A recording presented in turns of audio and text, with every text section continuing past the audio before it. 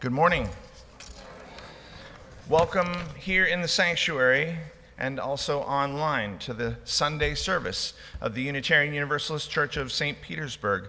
Now we are on the unceded ancestral lands of the Tocobaga and Seminole Indigenous Americans. My name is Ben, and this is an exciting worship service for me. The title is Climate Justice Revival. Pat Fling is doing a reading. John and James are singing our anthem, and the UU bell ringers are here. Woohoo indeed. And some of you are here, I know, because of our worship associate. Amy Jackson is leading worship today with me. Good morning, Amy. Good morning. Good morning. This is where you give the good news. Bottom of page 1.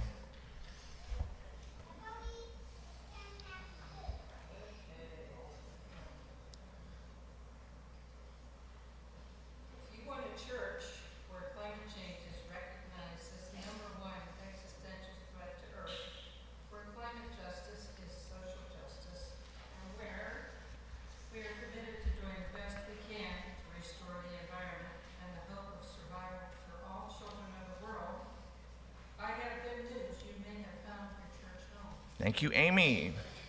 Now this week, many Christians celebrated the Feast of the Immaculate Conception. It was also the Feast of Our Lady of Guadalupe later in the week. Pagans will celebrate Yule on the 21st, but many of our pagans, I'm looking for our pagans, celebrated last night.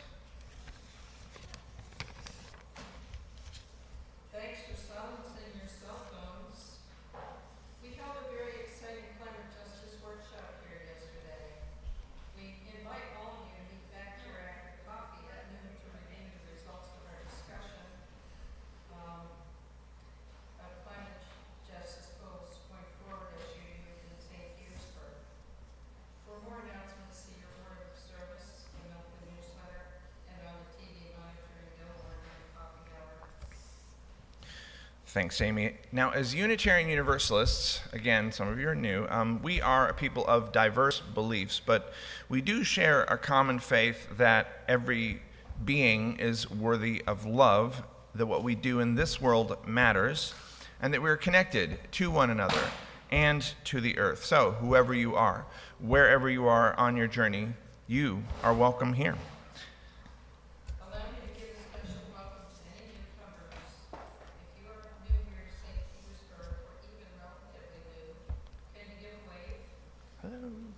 Yay! Welcome. Often we give space for folks to briefly introduce themselves in this point of worship, but because of time, we won't be doing that today. Please consider introducing yourselves next time you're here. But we do have time for greet your neighbor, so please get consent from those near you if you're going to give them a hug or shake their hands. And bring up any joys, sorrows, concerns you have.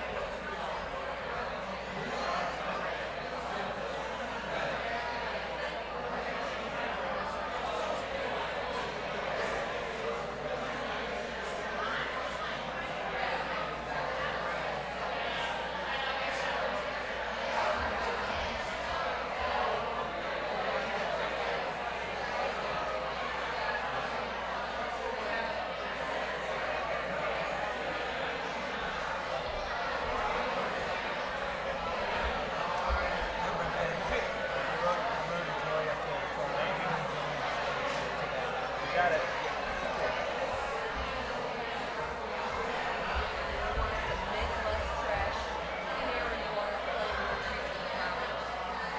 Less trash, clean air and water.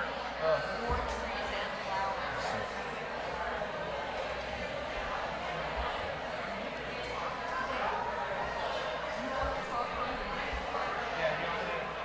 We'll see if that can work. Let me see.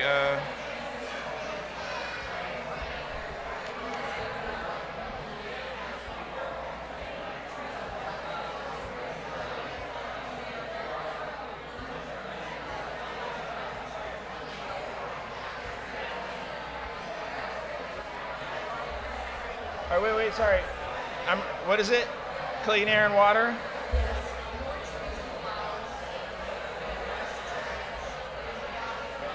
Got it.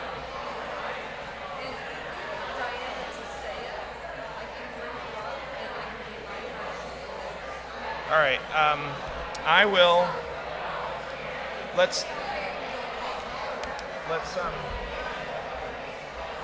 it.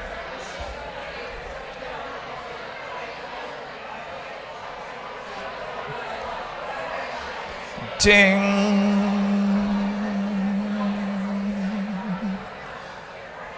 Ding.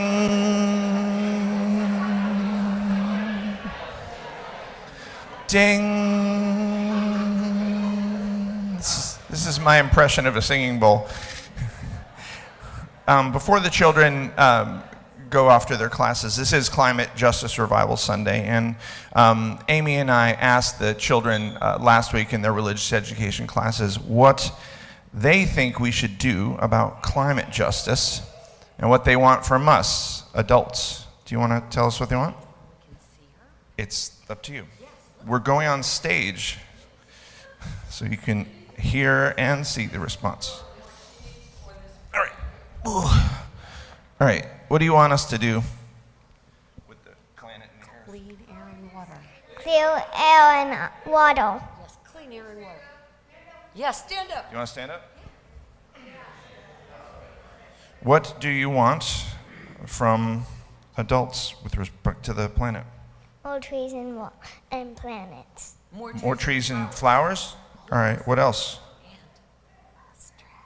And less trash. And less trash. More trees and flowers, less trash.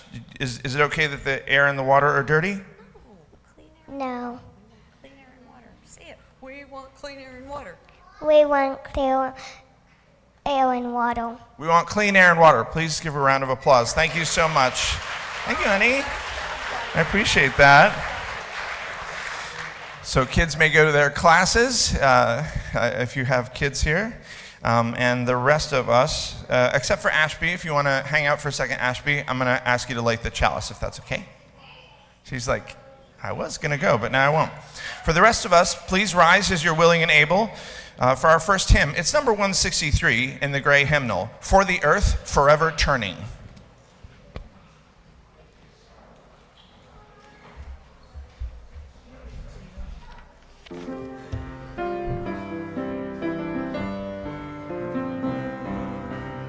For the earth forever turning, for the skies forever see, for our lives, for all we cherish, sing we our joyful song of peace.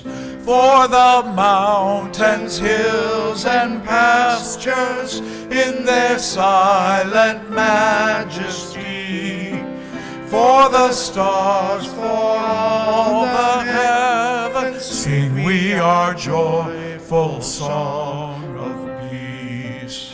For the sun, for rain and thunder, for the seasons' harmony, for our lives and all creation, sing we our joyful praise to thee. For the world we raise our voices, for the home that gives us birth, for your joy we seek returning home to our blue green hills of earth. Please remain standing for our chalice lighting. Ashby and Ryan, if you can make your way forward. And I didn't show you how to use the fancy chalice lighter, but hopefully those near you can help you. Now, we light this chalice as a sign that this time together is sacred. And when we do that, I invite you to say our covenant out loud. Now, it's printed in your short order of services. Online, you have hopefully accessed your order of service, and you can read it there. Thank you, John.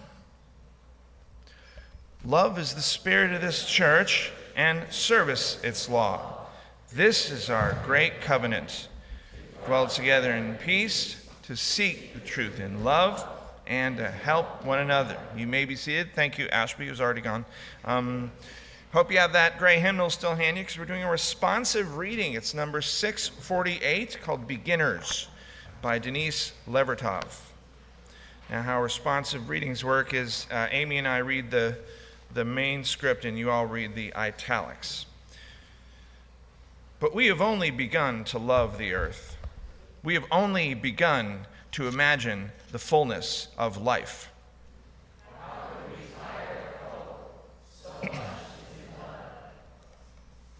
can desire fail? We have only begun to imagine justice and mercy. Only begun to vision. Simples, beast and flower. Surely our river cannot already be hastening into the sea of non-being.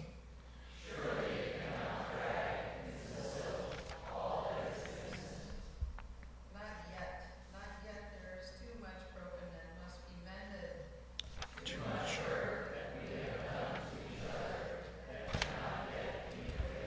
We have only begun to know the power that is in us if we would join our solitudes in the communion of struggle. So much.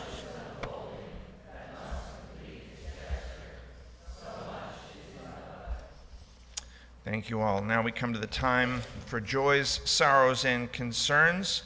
And still thinking about you, YouTube Live audience, please put yours in the text chat. I've received some in cards, and the rest of you sent them to me during the week. And more are coming up as we speak. Cynthia, who was at our climate change workshop yesterday and is one of our leaders, will place a stone in the water for each one that's submitted. So I'll get one, and you can give one to her if you don't mind, to Amy, or you can give me both. First, a stone. Oh, that's you. My turn? Yeah. This is from Paul Showalter. This is Joy. My mother is down to visit.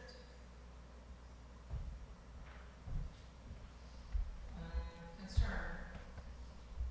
Our friend Tim is having a stent put in tomorrow.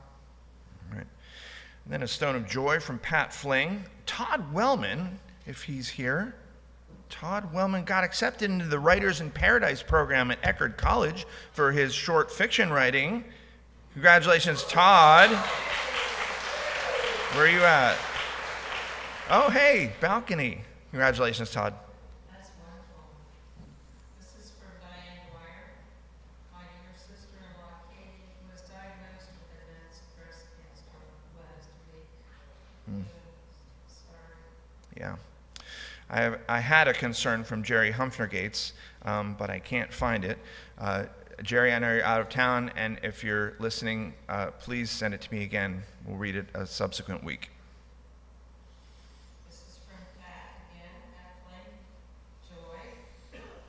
I'm hopeful because Florida legislator will introduce a bill to protect our Florida state parks from development of golf courses and pickleball courts.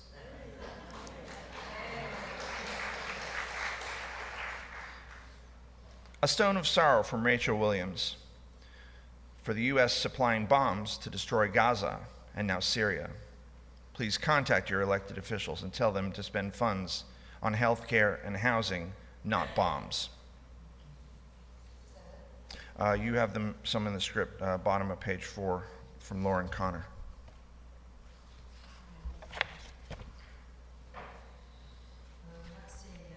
All right, so it's a stone of sorrow from Lauren Connor. Lauren, who is watching from home. Lauren says, today's the 4th anniversary of the passing of my one and only Tim from complications from diabetes. Lauren says, I miss him so and wish everyone here could have known him. And a stone of joy from our Gordia. It is 4 years since Gordia survived her suicide attempt. I'm very glad you survived, and happy anniversary.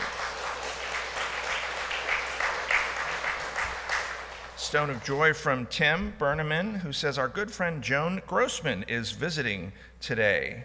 Welcome, Joan. And a stone of joy from my Gulfport neighbor, Rob Myers, who I can't lay eyes on right now. And it's also a stone of gratitude. Rob says, today's the 1-year anniversary of the open heart surgery that saved my life. Rob says, I'm deeply grateful for the medical science and the gifted hands of the surgeon. To my husband, Luis, and son, Owen, who camped out in the ICU for 3 days, and to members of the UU Church who came to comfort me in my recovery. So glad you're with us, Rob. There it is. And each week we appreciate some of the many volunteers who work to carry out our mission. And this week, let's put a stone of joy for the folks who decorated the sanctuary. It's Ross, it's Jimmy, you guys. Come on out, come on out, come on out. Oh, there they are. Thank you, Ross. Thank you, Jimmy. Did anyone else decorate that I should thank? No, it was all them. There were a lot of people. I think so, yeah. And Okay, I have one more, one from Virginia. For Joy, she says Mirror Lake is officially the historic district. congratulations, Historic Preservation. Is Ellen here? Ellen testified. Thank you. Congratulations, Ellen, who testified at the City Council hearing. Those of you who were there, thank you. Let's place one final stone, and that's for the joys and sorrows and concerns that are in our hearts, and maybe they're too tender to be spoken yet out loud. Now, the mystery is that we're together even when we feel apart, so let's rejoice in the fellowship that makes of the many one, and let's take about a minute of silence together.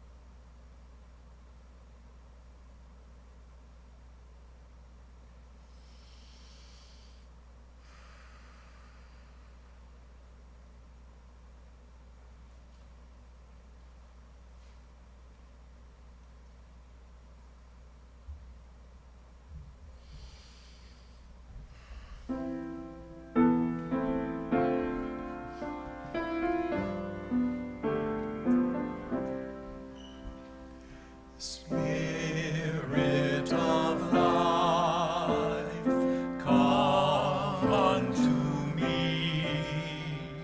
Sing in my heart all the stirrings of compassion. Blow in the wind, rise in the sea. Move in the hand, giving life the shape of justice. Roots hold me close, wings set me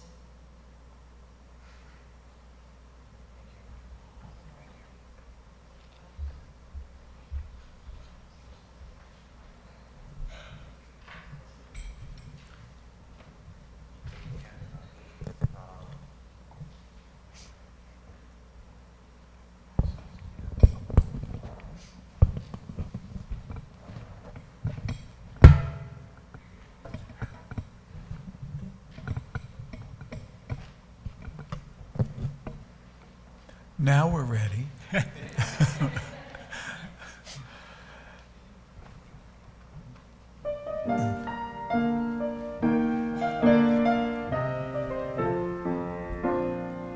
From a distance, the world looks blue and green, and the snow-capped mountains white. From a distance, the ocean meets the stream, and the eagle takes to flight. From a distance, there is harmony, and it echoes through the land.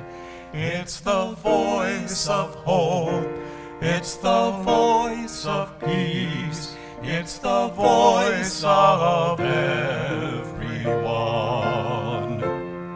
From a distance, we all have enough, and no one is in need. There are no guns, no bombs, and no disease. There are no hungry mouths to feed. From a distance, we are instruments marching in a common band, playing songs of hope, playing songs of peace. They're the songs of everyone. God is watching us, God is watching us, God is watching us from a distance. God is watching us, God is watching us, God is watching us from a distance.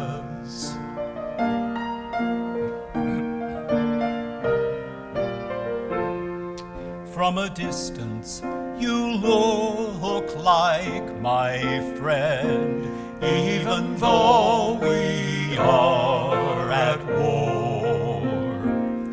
From a distance, I cannot comprehend what all this fighting's for. From a distance, there is harmony, and it echoes through the land. It's the hope of hopes, it's the love of loves, it's the heart of everyone. God is watching us, God is watching us, God is watching us from a distance. God is watching us, God is watching us, God is watching us. God is watching us, God is watching us from a distance.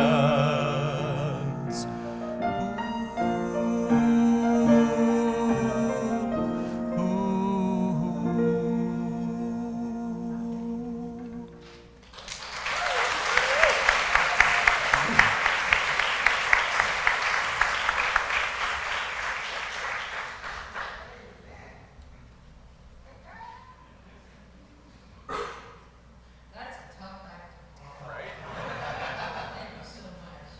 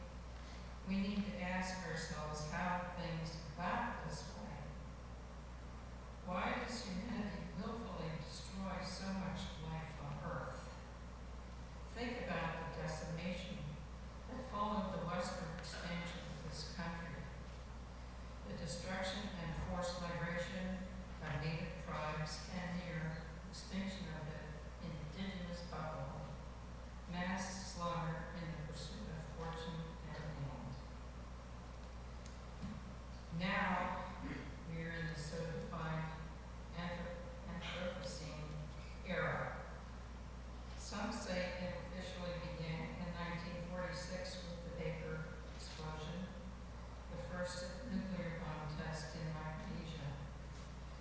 It was then that we so flagrantly began to feel above nature, to ignore our responsibility on the planet.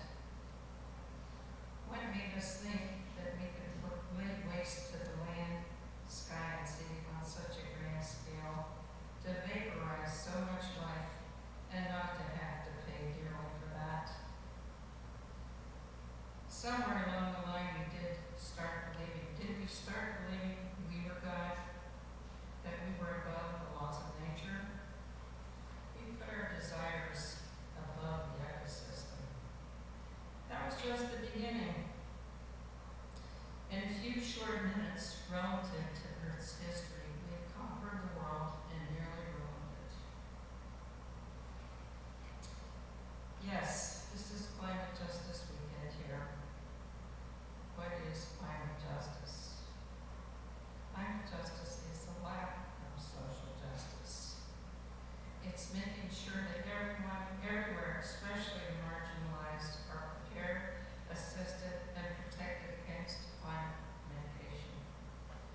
For example, in St. Petersburg, that might include city buyout instead of rebuilding programs to help people with relocation after current flooding in certain neighborhoods.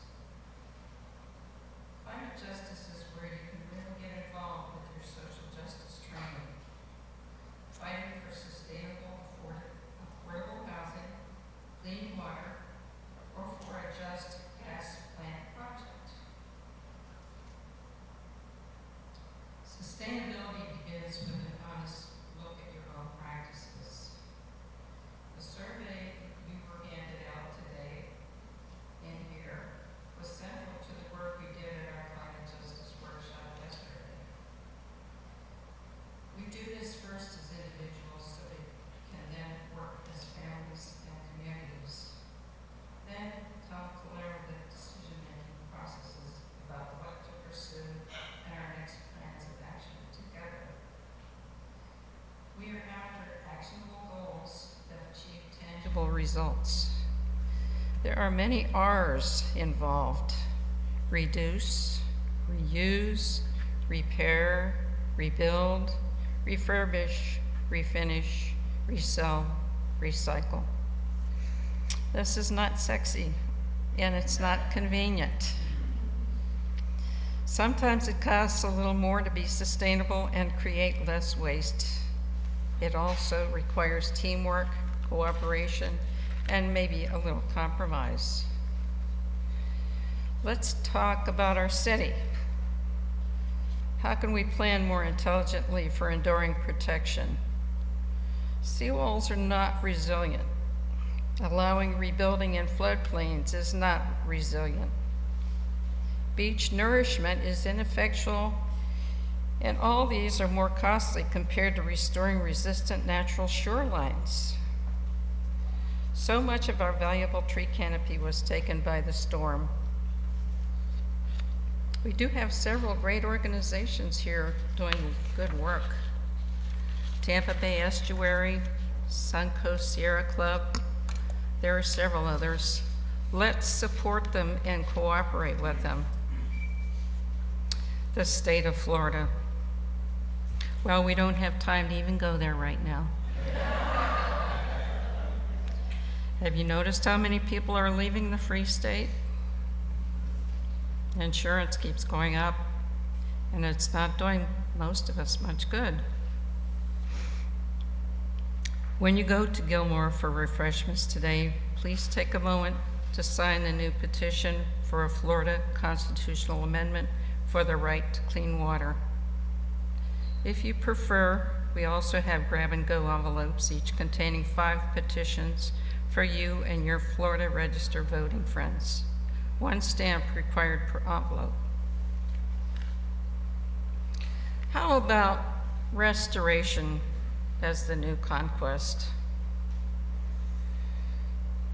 Let's renew our respect for the basic elements of life: earth, air, and water. It begins with each of us. Commit to self-control. Overcome obstacles. Strive to exemplify. Educate our children with truth and compassion. Share this with our friends. We practice and become exceptional. We make it the way we do things from now on. No excuses. We expect it. We demand it. This is grassroots. Take it out to all the neighborhoods. Help others do it. We go to the city, to the state, to Washington, and we keep going. Make it the new mantra. Let's create and save resources for adaptation and survival. Climate-wise, things are going to get nastier, unpredictable. Things are accelerating more quickly than we had ever projected. We will need survival skills to be prepared in ways we have not yet imagined. We can make sure our investments are green, support green R&D, alternate energy, solar, fusion, dream big, make Greenland green again. Start and join co-ops. Stop buying and using plastics. Get rid of our gas guzzlers. Buy IVs, carpool, support public transportation, worship scientific research, educate with the truth, divest from fossil fuels. We can invest in green infrastructure. Future generations will need to be prepared in ways we have not yet imagined. Survival will require resources we can create and help to save now. Is it too late to do anything meaningful about massive damages we've caused? No. We have to remain optimistic, double our efforts, create a movement of hope. Science is very hard at work. Fusion power is right around the corner. Lisa just told me about a new solar car powered by the sun. Wind and solar are doing more and more. We need our EV explosion to continue, rebate or no rebate. I don't think anyone can stop it. AI may save us. No, we're not going to Mars. Our young people need us to persist. Every day is Earth Day. Thank you.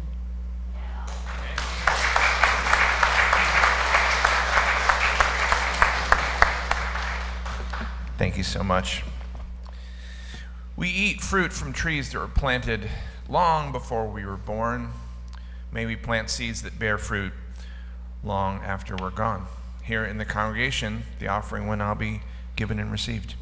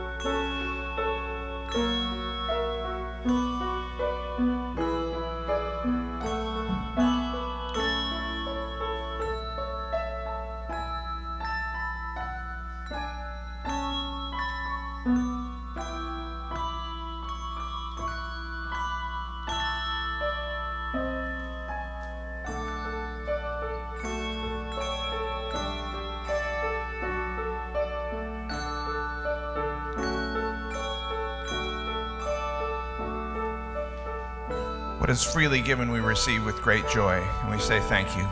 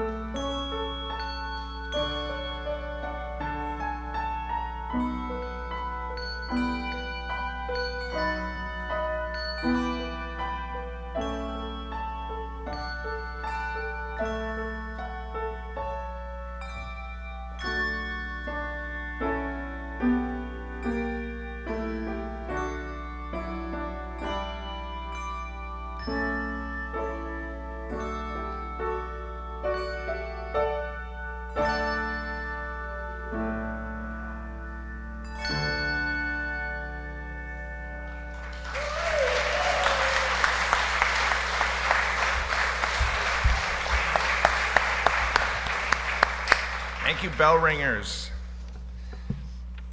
Thank you, Amy, both for your words today and also for your very skillful co-facilitation of yesterday's climate change workshop right there in Gilmore Hall. How many of you were there? A bunch of you were there at that climate justice workshop. I look forward to further conversation right here after the worship service. James, if I could get a little more on here, just a tiny bit. Now, our theme from Soul Matters this month is the practice of presence. That's our theme for worship, for religious education, and for small group ministry. And we began the month with John Motter speaking from the heart about World AIDS Day. Last week, Gordia and Allison spoke eloquently about staying present with one another. I want to follow Amy's wise words by examining the different ways we can be present with our earth, our planet. I want to connect environmental justice to our UU theology and to our spiritual practices. Now, Amy talked about humanity's presence on the planet in terms of harm, the extraction of fossil fuels, nuclear testing, colonization, the destruction of indigenous people and traditional farming practices. So if humanity is in a relationship with our planet, it kind of sounds like we're the abusive partner. We take what we need without regard for the wants of our partner, without regard for the effects of our taking. UU St. Pete is one of many congregations participating in this fall's climate justice revival. And the theme that the UUA, the Unitarian Universalist Association, gave this year's climate justice revival was From an Extractive Age to a New Era. Now, extraction, that's another form of presence. In the animal world, it's called parasitism. So the presence of the tick on the dog is a presence of parasitism, is a presence of extraction. A culture of extraction, a culture that values extraction over interconnection, creates, for example, politicians who, rather than outlawing climate change, outlaw any discussion of climate change. Some environmentalists advocate a more benevolent attitude towards our planet. Wildlife is to be preserved, whales are to be saved. So rather than extraction, this seems more like a charitable relationship. We're the kind humans trying to do our best to save the poor earth. The earth, in this scenario, is the object of charity. we humans are the ones responsible for her. And I think an attitude of charity is a great start, but I think we can do better. So rather than an extractive relationship, rather than a charitable relationship, let's admit we and the earth are interconnected.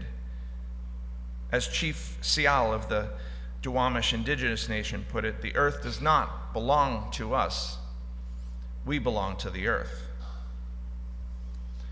Some of you remember Reverend Avi Janamachi when he was minister at UU Clearwater. Reverend Avi says, our faith calls us to act for love, and the climate justice revival is a way we can come together for a unified planet, for a unified planet-loving purpose, so we can make a difference. Now, Amy talked about what is climate justice as part of her remarks, and that was how we began yesterday's workshop. What is climate justice? And Cynthia, I think you said climate change disproportionately affects those of us who are marginalized in the first place. For example, BIPOC people. Remember, BIPOC stands for Black, Indigenous, People of Color. I haven't seen Allison yet today, but Allison says that clean water should be a right, not a privilege. And here in Pinellas County, she says you get clean water if you pay for it. Is that what you said? I hope I'm getting it right. Close enough, okay. We talked about what values guide us in our climate justice work, and we talked about equity as one of those values. And some of you know that equity is one of our cherished UU values, along with interconnection, which to me I found interconnection antithetical to extraction. And I'll talk a little bit about interconnection now. Unitarian Universalists have many spiritual practices, as I said. I'm going to tell you about mine a little as a pagan. In 1986, I walked across the United States on the Great Peace March for global nuclear disarmament. And many of you know that one day as I was walking, I had what some of you have had, a direct experience with the divine. I felt suddenly one day the presence of the earth underneath me, around me, a presence of the earth as a living mother goddess. And that sense of presence has never left me. So maybe that makes it easier for me to accept this relationship of interconnection rather than extraction as my way of being present with the earth. But even if you don't believe the earth is alive, as we pagans believe, you do have our theology as Unitarian Universalists, our values, which tell us that we don't live on the earth. Our theology of interconnection tells us we are part of the earth. And if that's the case, extraction makes no sense at all. If we're all a part of it, it'd be like if I was hungry eating my arm. I know what you're thinking, it does look delicious. But trust me, when you eat your own arm, it really hurts. And there's like all kinds of side effects like infections and, kind of like the effects of fossil fuel farming, mining, fracking, factory farming, polluting, unintended side effects. Now back to the animal world. We have parasitism, the tick on the dog. There's another way of the animals relate to one another. It's called mutualism. So this is more the bees pollinating flowers. Naturalists here, you know this. And many of you know my favorite Dr. King quote, "We are caught in an inescapable network of mutuality, tied in a single garment of destiny." Caught, not connected, not enveloped. Caught, not warm and fuzzy, cold, hard reality of interconnection, rather than the warm, fuzzy feeling. We're all interconnected. Yeah, and we're all interconnected. As Amy said, our work for climate justice is not sexy and is not convenient, but it is necessary. It is essential. We don't have to do it perfectly. My reflection this last Earth Day was all about how terrible I was at climate change and climate justice work, but I still have to do it. Because another Dr. King quote is, "We must learn to live together as siblings, or we will surely perish together as fools." The recycling we do today, the electric car we drive today, the environmental regulation we pass today will guarantee a future for coming generations. Nothing else will. Interconnection, not extraction. Let's do something specific. One of the frustrations that I heard some people say at the workshop yesterday was like, well, so many things, what do we do first? But you heard Amy. We need more people on the green team. Does anyone want to join Amy on the green team? Let's check it out. We got 1, 2, 3, 4 people. No, one of you is just shading your eyes. We got 3 people.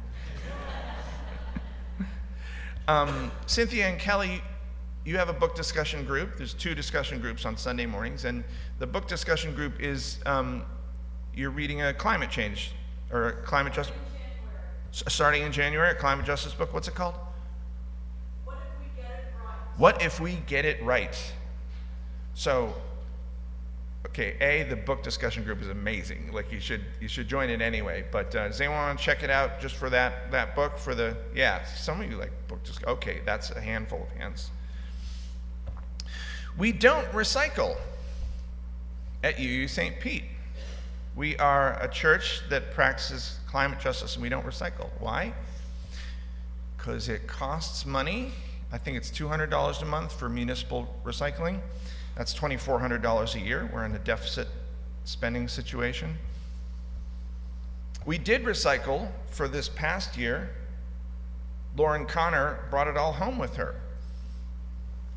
She has a home in Shore Acres, so she would bring it all in and put it in the big green thing that homeowners have. We were hoping someone would join her. No one did. So when the hurricanes happened and her home was washed out, it became too much and she can't do it any longer. So thank you, Lauren, for your year of doing all of our recycling. And since the hurricane, yes. Thank you, Lauren, watching from home. Since the hurricane, we don't recycle anymore. We throw out all our paper, we throw out our plastic, we throw out our glass. Yes? Oh, I'll help. There's one that will help recycle. We don't want it to be just one, though, so we're going to not recycle unless we get 2. I feel like an auctioneer, unless we get 4. Because if we get 4, then one's like week 1 and one's week 2 and week 3. All right, we're not recycling. We got 3, thank you. Do I hear? Thank you, that's 4 of us. We recycle again. Thank you. I'm totally going to forget who raised their hand, so please come up to me afterwards and we'll put you on like week 1, week 2. Thank you. The earth does not belong to us. We belong to the earth. There is no planet B. And if we operate on the basis of interconnection rather than extraction, if we are truly present with our earth, how can we do anything but climate justice? If we are truly present with one another, how can we do anything but love one another and work together for a greener future on this earth, our blue boat home? Amen. Ashe. Blessed be. Now please rise as you're willing and able for our closing hymn. It is in fact Blue Boat Home, number 1064 in the teal hymnal.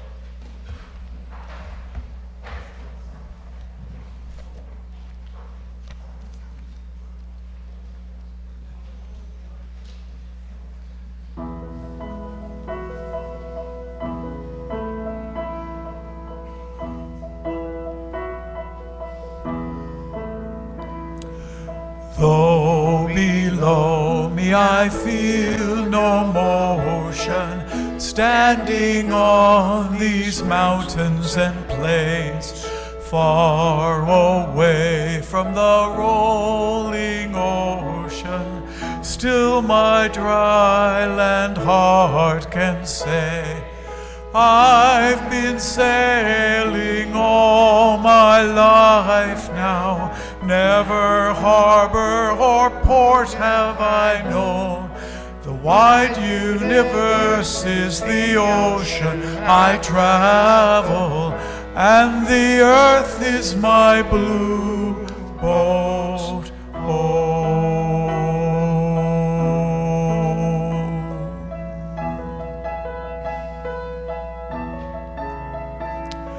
Sun, my sail, and moon, my rudder, as I ply the starry sea, leaning over the edge in wonder, casting questions into the deep, drifting here with my ship's companions, all we kindred pilgrim souls, making our way by the lights of the heavens in our beautiful blue boat home.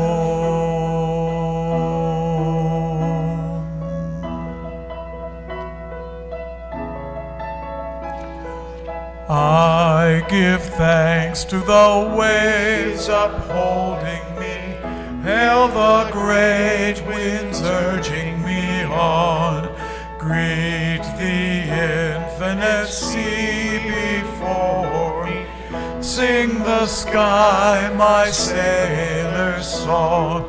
I was born upon the fathoms, never harbor or port have I known.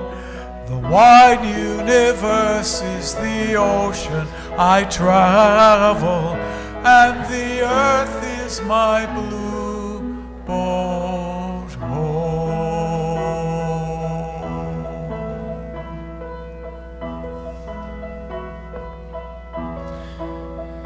You may be seated. Amy has some closing words for us. Okay.